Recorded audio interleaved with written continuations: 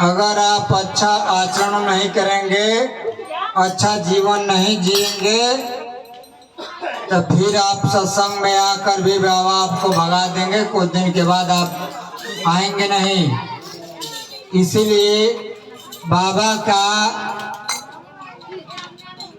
जब हम नाम स्मरण करते हैं, उनका जब जीवन चरित्र पढ़ते हैं, उन्होंने क्या किया है, पूरा मानव समाज की भलाई के उत्थान के लिए काम किया है। बाबा दिन रात दूसरे की भलाई के लिए अपना समय बिताते थे।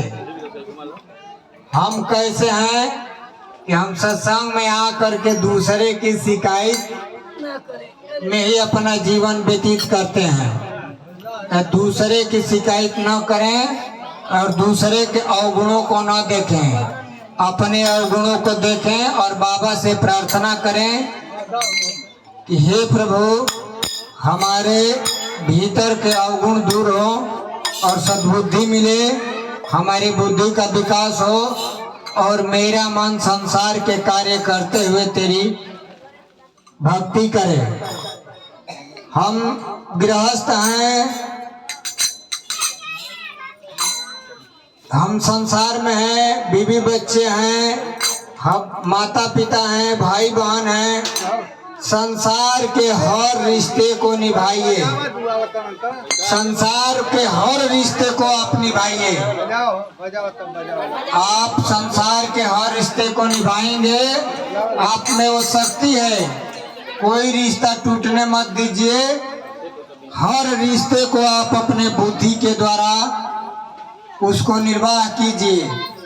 कोई रिश्ता खराब नहीं होता और कोई रिश्ता अच्छा नहीं होता, सब रिश्ते अच्छे होते हैं। उस रिश्ते को निभाइए। बहन के प्रति क्या जिम्मेदारी है, लड़की के प्रति क्या जिम्मेदारी है, और जितने रिश्ते हैं उनके प्रति क्या जिम्मेदारी है, उन रिश्तों को निभा करके परमात्मा की भक्ति कीजिए।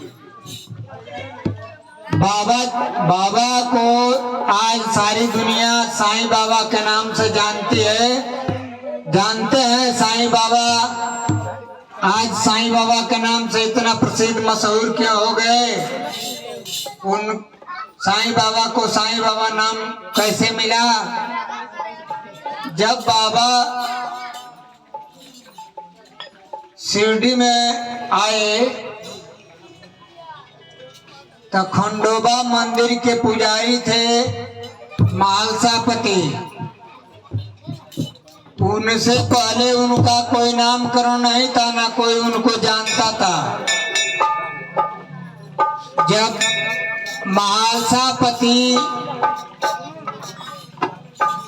बाबा से मिले खंडोबा मंदिर के पास, तो महालसापति ने आओ साईं कह दिया। अचानक उनके मुंह से निकल गया, अचानक जैसे कोई शब्द निकलता है अचानक, वैसे महालसापति से निकल गया आओ साईं। और महालसापति ने कहा ये कैसे हो सकता है, ये तो अचानक हमारे शब्द जैसे कोई मुझसे जबरदस्ती बुलवाया। तो बाबा ने कहा कोई बात नहीं,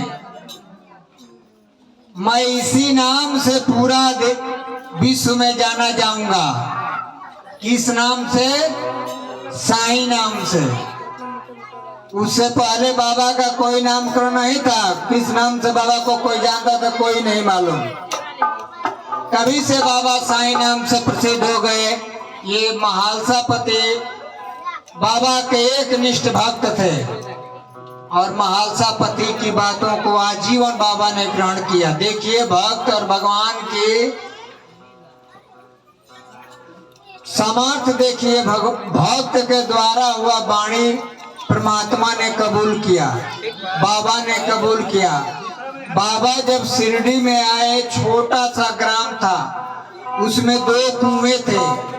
एक का पानी सूख जाता था गर्मी के दिनों में, प्रायः सूखा रहता था, और एक का पानी था तो वो खारा था, वो पीने के योग्य नहीं था। लेकिन बाबा की ऐसी कृपा हुई, बाबा की ऐसी कृपा हुई कि एक फूल उठा करके तोड़े और दोनों कुएं में डाल दिए। तो जिसका पानी खारा था उसका मीठा हो गया, पीने योग्य हो गया, और जिसमें पानी नहीं था, प्रायः सूखा रहता था, उसमें पानी हो गया। जब ऐसे बाबा के चमत्कार शिरडी वालों ने देखे तो बाबा की अलौकिक शक्ति साईं बाबा में है, ऐसे लोग मानने लगे, पूजने लगे। धीरे धीरे धीरे धीरे बाबा के पास जितने भक्त आते गए उनका जीवन पूरा बदलता गया और बाबा पर विश्वास जमता गया और भक्त आते गए। आज पूरा बाबा को विश्व जानता है। आज भारत में सबसे बड़े ट्रस्ट,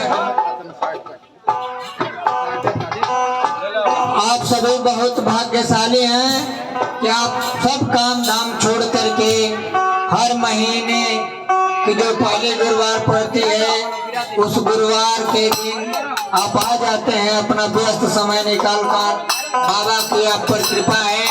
बाबा कहते हैं कि हमेशा दूसरों की भलाई करो, किसी के प्रति घृणा भाव